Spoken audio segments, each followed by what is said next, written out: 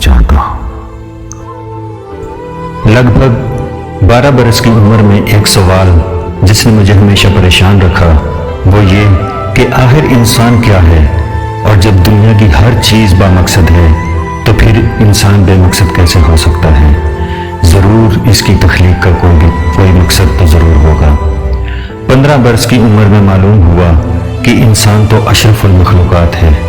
یقین جانیے سن کر بڑی خوشی ہوئی، لیکن یہ خوشی زیادہ دیر تک قائم نہ رہ سکی، خاص طور پر اس وقت جب قرآن کریم کی یہ آیت وَلَقَدْ كَرَّمْنَا بَنِي آدَمَ وَحَمَلْنَاهُمْ فِي الْبَرِّ وَالْبَحْرِ وَرَزَقْنَاهُم مِّنَ الطَّيِّبَاتِ وَفَضَّلْنَاهُمْ عَلَىٰ كَثِيرٍ مِّمَّنْ خَلَقْنَا تَفْضِيلًا۔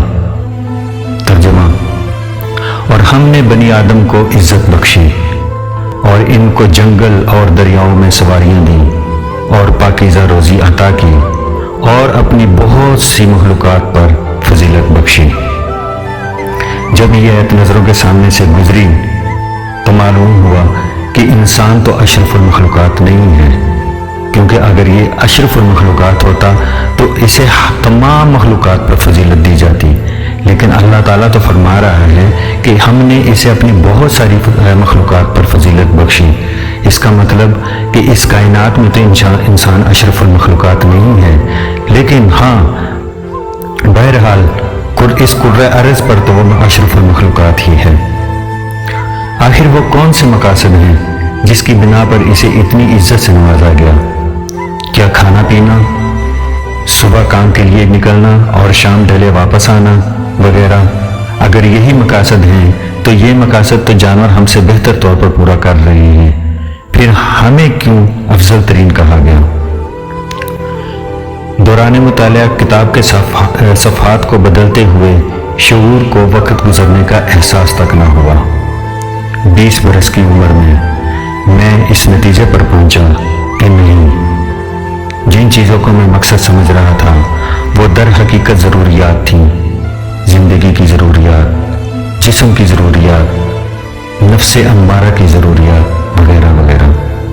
مقصد تو بہت بلند چیز ہے، اور میرے کتنے ہی دوست احباب اور بہن بھائی میری طرح اپنی ضروریات کو اپنے مقاصد سمجھ کر اپنی ضروریات کو اپنے مقاصد پر ترجیح دے کر بے مقصد زندگی گزار رہے ہیں یا وہ گزار چکے ہیں۔ اللہ عز و جل ہم سب کو عقل و شعور عطا فرمائے اور ایمان کی دولت سے مالا مال فرمائے، آمین ثم آمین۔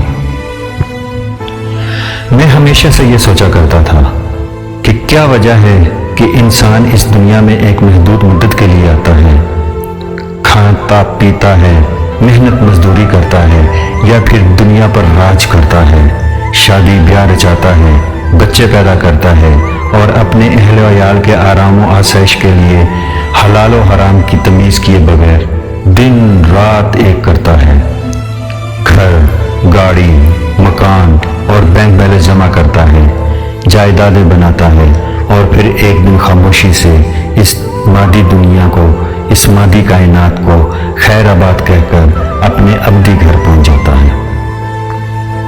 چند روز تک لواحقین صدمے سے دوچار رہتے ہیں، آہ و واویلا مچاتے ہیں اور پھر اپنی اپنی زندگی میں مگن ہو جاتے ہیں۔ ایک قلیل عرصہ تک گاہے بگاہے اسے یاد بھی کر لیا جاتا ہے اور پھر مکمل خاموشی چھا جاتی ہے۔ 1-2 دہائیوں تک انسان کا نام و نشان تک باقی نہیں رہتا اور یہ باور کرانا مشکل ہو جاتا ہے کہ فلاں بن فلاں کبھی اس دنیا میں تھا بھی تھے نہیں۔